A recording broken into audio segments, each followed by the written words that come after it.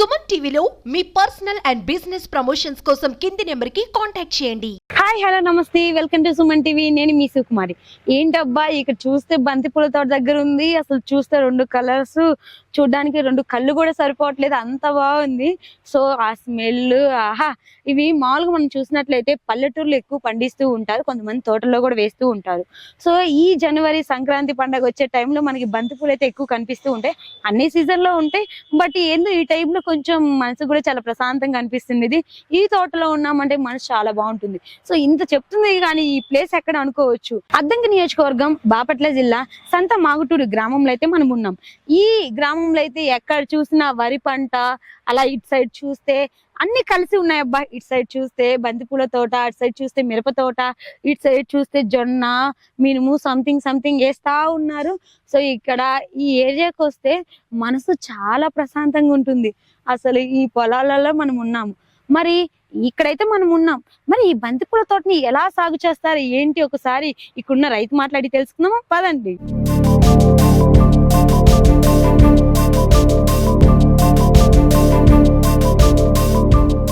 ఇంత కలకల్లాడే ఈ బంతి తోట రైతు అయితే మనం ముందున్నారు, సార్ మాట్లాడి తెలుసుకుందాం. నమస్తే సార్, ఎలా ఉన్నారు? బాగున్నారా? రైతు అన్న, ఎలా అనిపిస్తుంది బంతి తోట వేయడం? బాగానే ఉంది. తోటలో జనం వచ్చిన వాళ్ళు కూడా బాగుండయి అని అంటున్నారు. ఒక బంతి తోట ఇంకేమన్నా వేస్తాం? నర్సరీ పెడతాం. నర్సరీ మిరపనారు అయిపోయినాక బంతి పెట్టినాం. ఓకే. అసలు ఈ బంతి పూల తోట ఎలా సాగు చేస్తారు పెద్దయినా? మామూలుగా నాటి బోదిలేసి నాటిను. మేము మందు వేసినాం, 2 సార్లు ఎగసాయం చేపించింది. లేదు. సో లాభం బాగుంటుందా? దిగుబడి ఎలా వస్తుంది? దిగుబడి మాకు బాగానే వస్తున్నాయి. రోజుకి 5-6 క్వింటాలు పంపిస్తాం. అంటే ఇంతకు ముందు మిరప తోట వేశారు కదా, మిరప నారు మేమే నారు అయిపోయింది మాకు. అది ఏడు సరిగా పట్టలేదులే, నారు వర్షాలు దెబ్బతిని ఎండలకి. ఎన్ని నెలలు వస్తుంది ఇది పంట? మేము 10వ నెలలో ఇది వేసింది. 10వ నెల వేసాం. కార్తీక మాసంలో పౌర్ణమి రోజు మొదలుపెట్టి. అంటే వేసిన తర్వాత ఎన్ని నెలలకు వస్తాయి పూలు మనకి? కార్తీక మాసంలో వచ్చిన నెలకు వస్తాయి. నెలకు వస్తాయా? 2 నెలల కట్టి. అంటే మొత్తం మీ దిగుబడి మొత్తం పోగా అదే దిగుబడి బానే వస్తుంది అప్పటికి వస్తుంది.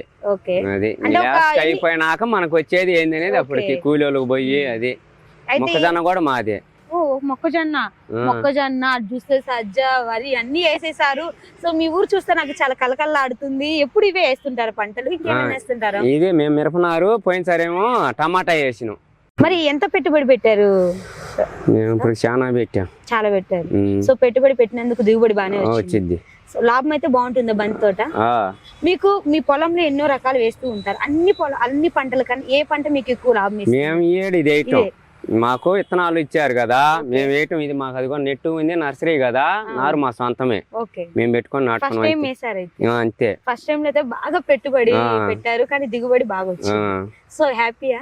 హ్యాపీయే. ఓకే. సో ఇంకా ఏమేమి చేస్తుంటారు దీంతో పాటు? మేము ఇదిగో మొక్కజొన్న ఇది వేస్తున్నాం, దాంట్లోనే బీరలు నాటుకున్నాం. ఓకే. సో ఇది అయిపోయిన తర్వాత ఏం వేస్తారు? మళ్ళీ మినుము ఏదో చల్లుతారు. నమస్తే అమ్మా. నమస్తే అమ్మ. మీ పేరేంటి? నా పేరు చిన్న అమ్మ. జయలక్ష్మి అమ్మ. జయలక్ష్మి. కంచర్ల జయలక్ష్మి. మంచి చక్కటైన పేరు పెట్టుకున్నారమ్మా. సో ఇలా బంతి తోటలో బంతి పూలకు వస్తుంటే ఎలా అనిపిస్తుంది? బాగుందండి. ఇంతకు ముందు ఏం పని చేసేవాళ్ళమ్మా? మేము బంతి తోట 2 నెలలు 3 నెలల కాడ నుంచి బంతి తోటలోనే పని చేస్తాం. ఓకే. ఏడే ఆదాయం వస్తుంది. ఏ టైంకి వస్తారు? పొద్దున్నే 8 కాడ నుంచి వస్తున్నాం, సాయంత్రం 6 అయ్యేలాగా వెళ్ళిపోతాం. ఎంత ఇస్తున్నారు? 400 కూలి ఇస్తారండి. హ్యాపీయా? హ్యాపీ. సో అన్ని పొలాలు చూస్తుంటే మిరప కోస్తాము, పత్తి తీస్తాము, అన్ని పనుల్లో కన్నా బంతి కోయడం ఈజీగా కష్టమా? బంతి పూలే ఈజీ, కదమా పనులు కష్టం. ఏ పురుగే గాని తెగులు అవి మట్టుకి లేదు. అవును. మేము కేజీల ప్రకారం అయితే 40 రూపాయలకు అమ్ముకుంటాం. స్వామిలు ఉన్నారనుకో 30 రూపాయలకు అమ్ముకుంటాం. అది కింటాలు 2 కింటాలు లేకపోతే 3 కింటాలు, రోజుకి కింటాన్నర అమ్ముకుంటాం. అంటే రోడ్డు పక్కనే పెట్టగానే అందరూ వస్తూ పోయే వాళ్ళు కూడా బాగా కొంటున్నారు. బాగా. అవును. ఆదాయం బాగుంది.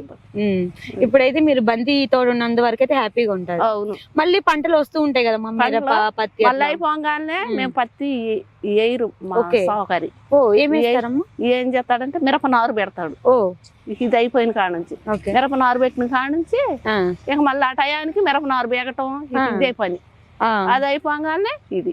ఓకే, ఇదైతే చాలా బాగుంది. చాలా బాగుంది. మిరప మిరప మీద కూడా ఇదే. ఓకే అమ్మ, ఇప్పుడు జనరేషన్ చూసినట్లయితే పిల్లలందరూ చదువుకుంటూ బాగా జాబ్ చేసుకుంటూ ఉన్నారు, వ్యవసాయం మీద తక్కువగా ఉన్నారు. బట్ మీ తరంతో ఆగిపోయింది అనుకుంటున్నారా? వచ్చే తరం కూడా వస్తుంది అనుకుంటున్నారా? వచ్చే తరం కూడా వచ్చింది. పిల్లలు కూడా చేస్తూ పిల్లలు కూడా చేస్తానే ఉంటారు. ఏదో తప్పిపోయి ఉంటారు కదా పిల్లలు, ఇక వాళ్ళు చదువుకోలేక ఈ పనులు కొత్త ఉంటారు. అది మామూలుగా అంటే ఇప్పుడు జనరేషన్ చూస్తున్నారు కదా, పని అంటేనే తెలియదు, వ్యవసాయం తెలీదు. అలాంటి వాళ్ళకి ఏం చెప్తారు మీరు? చదువుకుంటా కూడా పిల్లలు చెయ్యొచ్చు ఈ పని, వస్తే చేత అయితే చేసుకోవచ్చు. నేను చేయలేను అంటే మెలకుండా ఉంటామే వాళ్ళు. నిజంగా పెద్దవాళ్ళైనా చాలా చక్కగా చెప్పారు అమ్మగారు. అయితే అమ్మ, ఎలాంటి పూలు కోస్తారమ్మ? ఏ సైజు ఇచ్చిన పూలు బాగా కోస్తామండి.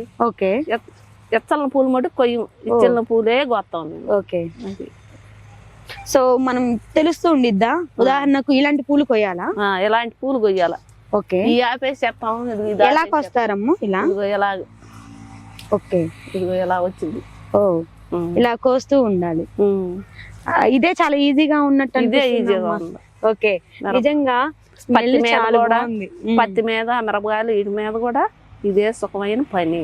అవును, ఆ సాంకి వచ్చేది వచ్చిద్ది, ఆదాయం వచ్చిద్ది, దిగుబడి వచ్చిద్ది, ఆదాయం వస్తా ఉంది. అవును, సో పెట్టుకున్న పెట్టుబడితో కాకుండా దిగుబడి బాగా వస్తుంది.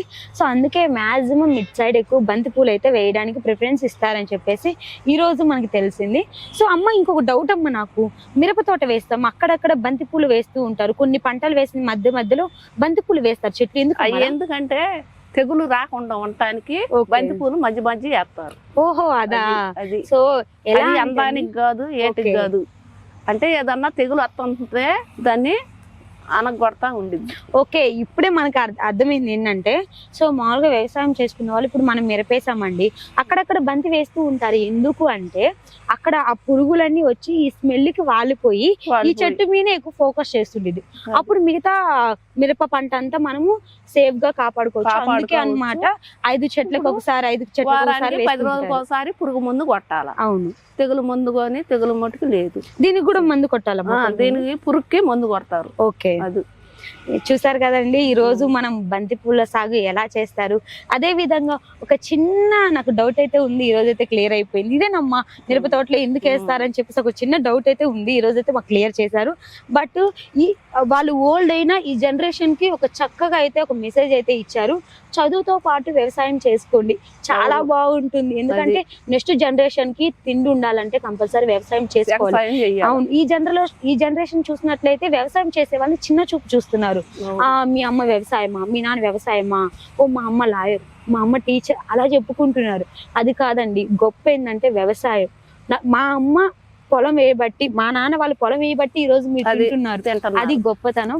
సో ఈ రోజు అయితే ఒక మంచి మెసేజ్ అయితే మీరు ఇచ్చారు, నిజంగా థ్యాంక్ యూ అమ్మ. సో మీకు జనరేషన్ ఓల్డ్ జనరేషన్ అయినా ఈ జనరేషన్ లాగా థింక్ చేసి చెప్పినందుకు థ్యాంక్ యూ అమ్మ. ఈ రోజు ఈ బంతిపూల సాగు అన్ని పంటల కన్నా ఈ తోట వేస్తే దిగుబడి బాగా వస్తుందని చెప్పి ఈ రోజైతే మనం రైతు మాట్లాడి తెలుసుకున్నాము. నిజంగా సో నాకైతే వ్యవసాయం చేస్తే ఎంత బాగుంటుందో ఈ రోజైతే తెలిసింది. ఆ ఫీలే వేరండి. ఈ రోజైతే నాకు చాలా హ్యాపీగా ఉంది. ఈ బంతి తోట మీద అలా నేను కూడా పూలు కోస్తూ చాలా చాలా చాలా బాగుంది అనిపిస్తుంది. సో ఇలాంటి వీడియోస్ కోసం చూస్తూ ఉండండి మీ సుమన్ టీవీ కందుకూరు.